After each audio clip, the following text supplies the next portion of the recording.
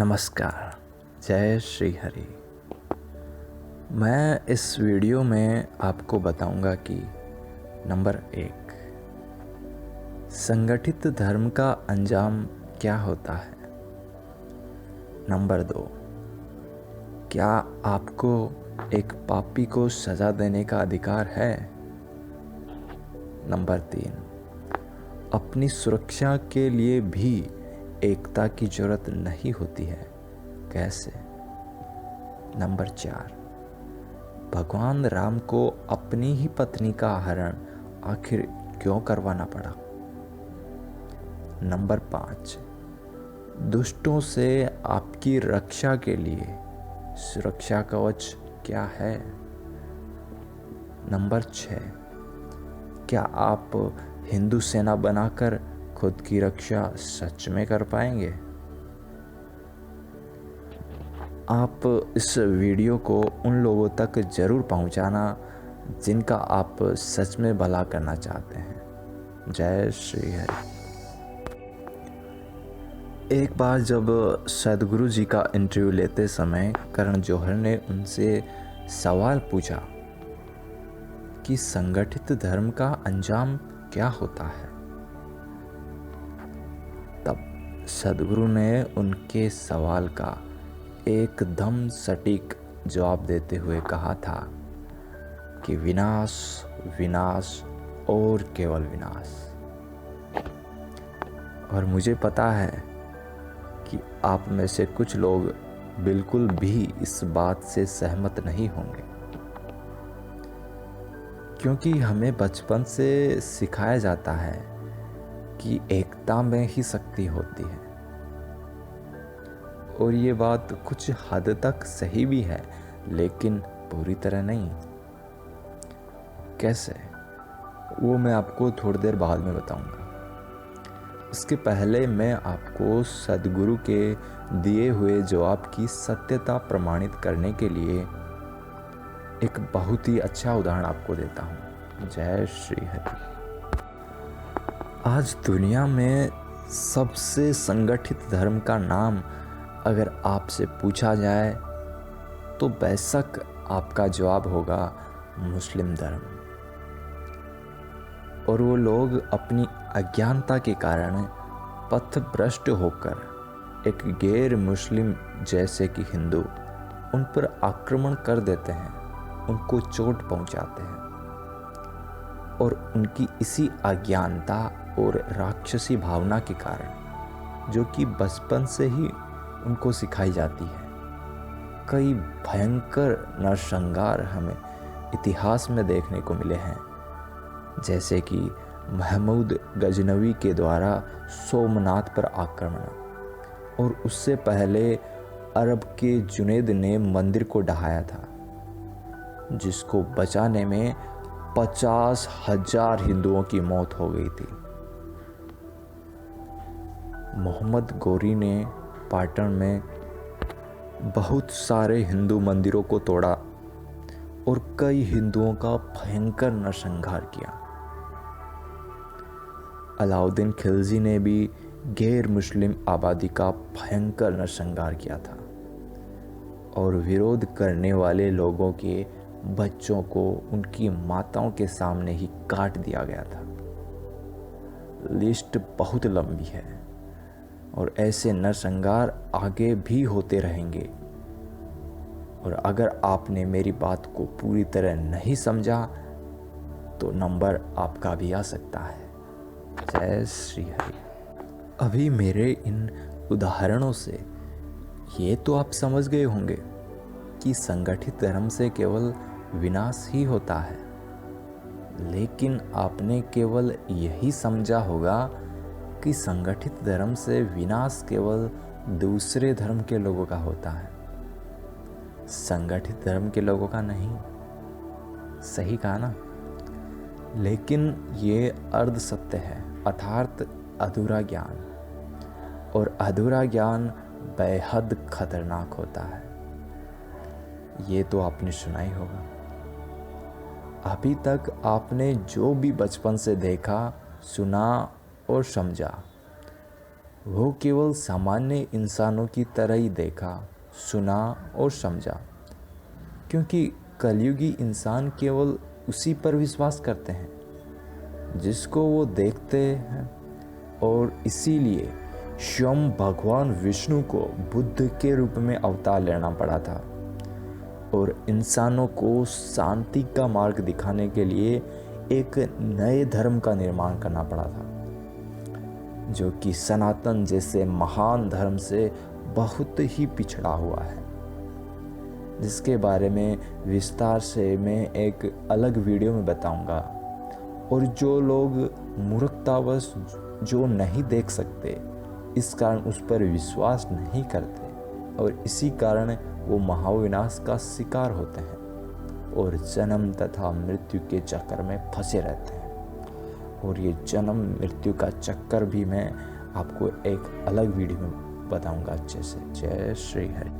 अब मैं आपको संगठित धर्म के लोगों के महाविनाश के बारे में भी आपको ब्रह्म ज्ञान की सहायता से समझा देता हूँ, ताकि आप अच्छे से समझ पाएं कि क्या अंजाम होता है संगठित धर्म का।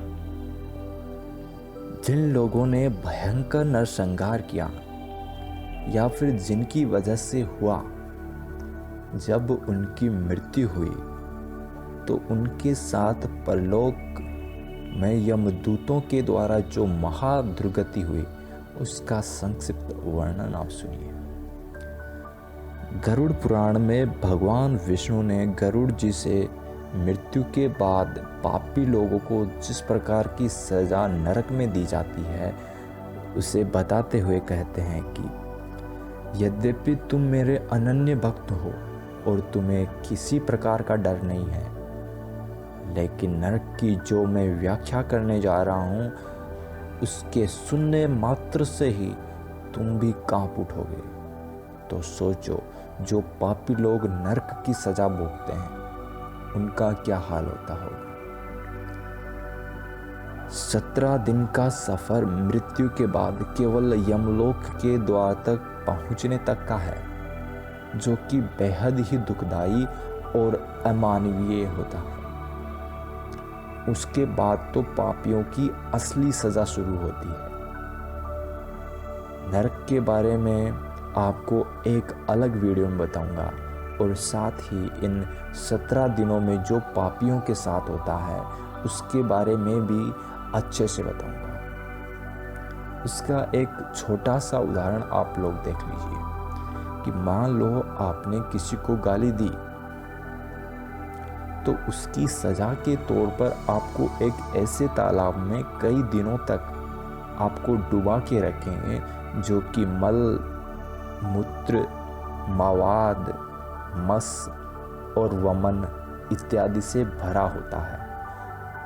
अगर आपको भूख लगती है तो उसी को खाओ और उसी को पियो, क्योंकि वहाँ पर खाने और पीने के लिए आपके पास कुछ भी नहीं रहता। तो सोचिए, एक छोटी सी गाली देने की इतनी भयंकर सजा मिलती है, तो भयंकर नरसंहार उन्होंने जो किया, उसका क्या हश्र होता होगा। जय श्री हरि। अब मान लो जैसे कि किसी मुस्लिम ने अपनी धर्मांधता के चलते किसी हिंदू का गला काट दिया, तो उसकी सजा के तौर पर भगवान या तो इसी जन्म में या अगले जन्म में उसका भी गला किसी के हाथों कटवा देते हैं, या फिर उसको उस पाप की उससे भी भयंकर सजा नरक में मिलती है। और इस बात में कोई भी शक नहीं। और ये गला काटने का क्रम ऐसे ही चलता रहता है जब तक कि कोई इंसान गला काटने के बाद उस पाप का प्रायश्चित ना कर ले। और पापों से छुटकारा कैसे पाया जाता है, वो आप मेरे इस वीडियो में देख सकते हैं, जिसका नाम है कोरोना से बचने का उपाय भागवत पुराण के अनुसार। तो अगर आप लोगों में जरा सी भी बुद्धि है तो आप लोग अच्छे से समझ गए होंगे कि संगठित धर्म का अंजाम केवल विनाश ही होता है और कुछ भी नहीं। जय श्री। अब आप लोग कहेंगे कि चलो मारने के लिए ना सही, कम से कम अपनी सुरक्षा के लिए तो एक होना जरूरी है। तो मैं कहूँगा कि आप लोग अभी भी सामान्य इंसानों की तरह सोच रहे हो और इसी अधूरे ज्ञान के कारण अपने विनाश का कारण खुद ही बनते जा रहे हो। सुरक्षा की बात मैं आपको थोड़ी देर बाद में बताऊंगा। पहले आप लोग ये समझ लीजिए कि आप पर आक्रमण होते क्यों हैं और किस कारण आप उस आक्रमण का शिकार हो जाते हैं। और ये दोनों वास्तव में अलग अलग बातें हैं। आपको नुकसान पहुंचाने की कोई कोशिश जरूर कर सकता है, लेकिन उस कोशिश में वो सफल तभी हो पाएगा जब आपने कोई पाप कर रखा हो। आप ये समझ लीजिए कि अगर आपको जुकाम भी होती है तो वो भी आप ही के पापों का फल है। और इसी बात को समझना ब्रह्म ज्ञान कहलाता है। जिस दिन आप इस ब्रह्म ज्ञान को समझ गए, उस दिन से आपको किसी भी बात का कोई भी दुख नहीं होगा। समझ लो कि दुनिया से आपकी सारी शिकायत ही खत्म हो जाएगी। क्योंकि इंसान के साथ जो भी होता है वह वास्तव में उसी के कर्मों का फल होता है। और जब भगवान आपके पापों की सज़ा आपको देता है तो कोई हिंदू सेना, कोई बजरंग दल, कोई करणी सेना, कोई भारतीय पुलिस या फिर यहाँ तक कि भारतीय सेना तक आपको नहीं बचा पाएगी। और ये कतई ज़रूरी नहीं है कि आपके पापों की सज़ा देने के लिए भगवान को एक मुस्लिम की ही ज़रूरत पड़े। वो अपना हथियार भी एक हिंदू को बना सकता है, जैसे कि आपका पड़ोसी या आपका खास मित्र या फिर आपका पति या पत्नी। वो आपकी माँ भी हो सकती है, आपके पिताजी भी हो सकते हैं, आपका भाई भी हो सकता है, आपकी बहन भी हो सकती है, आपका पुत्र भी हो सकता है और पुत्री भी हो सकती है। और इसके कई उदाहरण भी सामने आते ही रहते हैं। जैसे कि पति ने की अपनी पत्नी की गला काटकर हत्या, पत्नी ने अपने प्रेमी के साथ मिलकर की अपने ही पति की हत्या, एक कलयुगी पुत्र ने दौलत के लालच में अपने पिता का खून कर दिया, इत्यादि। तब क्या ये हिंदू सेना आपकी रक्षा कर पाएगी या फिर भारतीय पुलिस? इसलिए किसी गलतफहमी में ना रहें। इंसान खुद ही अपना सबसे बड़ा मित्र होता है और खुद ही सबसे बड़ा शत्रु होता है। इसी बात को समझते हुए लोगों की मदद मांगने के बजाय भगवान हरि से या भगवान हर से मदद मांगो। वो आपके पापों को मिटाकर आपको हर प्रकार के कष्ट से मुक्ति दिला देंगे और आपको परम सुख प्रदान करेंगे। और ये मेरा खुद का पर्सनल एक्सपीरियंस है। जय श्री हरि। अब मैं आपके सुरक्षा कवच की बात करता हूँ। हम इस समय कलयुग में जी रहे हैं और इसी कारण जाने अनजाने बहुत सारे पाप हो ही जाते हैं, जैसे कि झूठ बोलना या मांस खाना इत्यादि। और उसकी फिर भयंकर सज़ा भी हमें मिलती ही रहती है, कई प्रकार की भयंकर बीमारियों के रूप में, जैसे कि कैंसर होना इत्यादि। अब उस भयंकर सज़ा से बचने के लिए पहला काम तो आपको करना ये है कि कोशिश करो कि वैसा पाप भविष्य में नहीं हो। और दूसरा काम जो आपको करना है वो ये कि जो पाप अब तक हो चुके हैं उनसे छुटकारा पाना।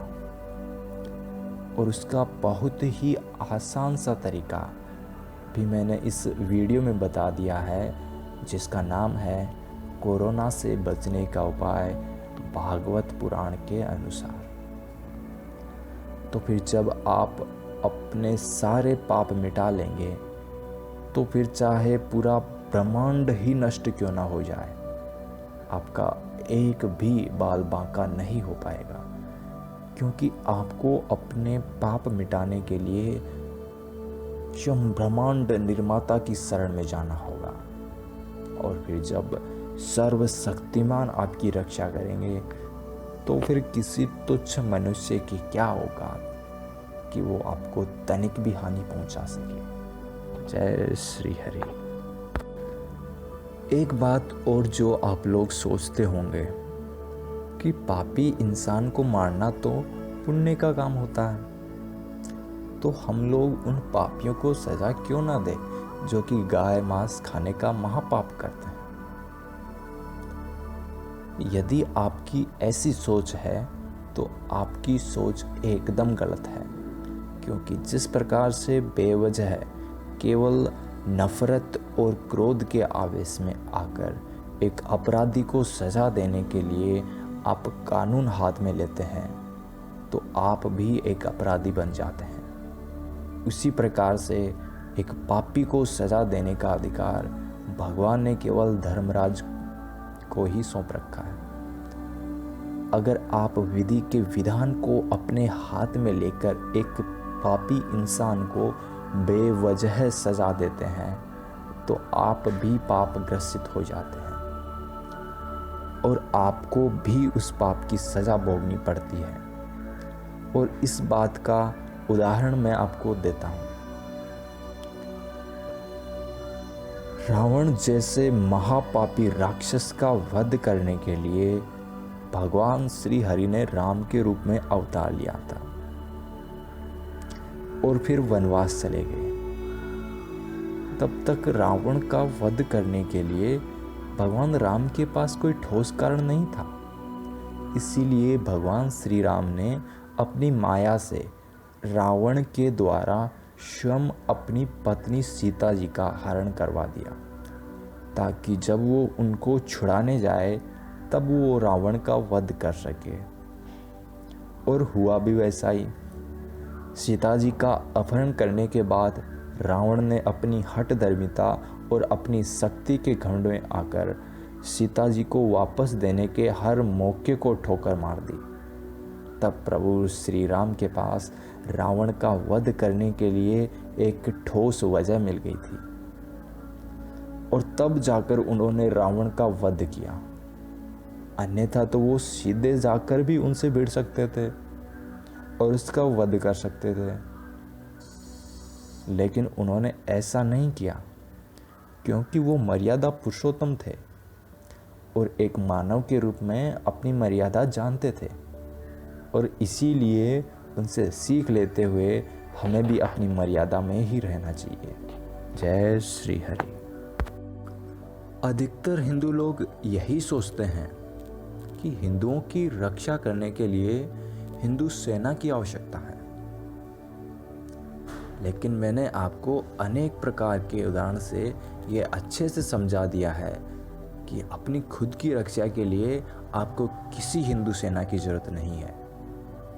अब मैं आपको वो बात बताता हूँ जिसके लिए वास्तव में एक हिंदू सेना या एक हिंदू दल बनाया जाना जरूरी है, और वो है केवल और केवल हिंदुओं के हितों की सुरक्षा करने के लिए। इसका एक ताज़ा उदाहरण मैं आपको दे देता हूँ। अभी हाल ही में दक्षिण भारत की किसी जगह पर ईसाइयों ने भारत माता की मूर्ति को कानून की मदद लेकर कपड़े से ढक दिया था। तब कई हिंदुओं ने सोशल मीडिया पर इसके विरुद्ध अभियान करके मूर्ति से फिर से कपड़े को हटवा दिया। तो बिल्कुल इसी प्रकार के हिंदुओं पर होने वाले अत्याचारों से सुरक्षा के लिए और उनके अधिकारों की रक्षा के लिए एक नए समूह की आवश्यकता है, और उसमें सारे हिंदू शामिल हो यह कतई जरूरी नहीं है, क्योंकि जिस प्रकार से पूरे देश की सुरक्षा करने के लिए सभी का सैनिक बनना जरूरी नहीं होता, लेकिन सभी देशवासियों को उनका सम्मान करने की ज़रूरत होती है। बस उसी प्रकार से सभी हिंदुओं का उस बारे में एक मत होना जरूरी है और सभी को इस बारे में जागरूक करना उस दल के बनने के बाद सभी हिंदुओं की जिम्मेदारी होगी। अगर आप मेरे इस दिए हुए ज्ञान को ग्रहण करते हैं तो उसमें वास्तव में आपका ही भला होगा, मेरा कुछ भी नहीं। अगर नहीं भी सीखते हैं तो भी नुकसान आपका ही होगा, मेरा कुछ भी नहीं। मिलता हूँ आपसे अगली वीडियो में। जय श्री हरि।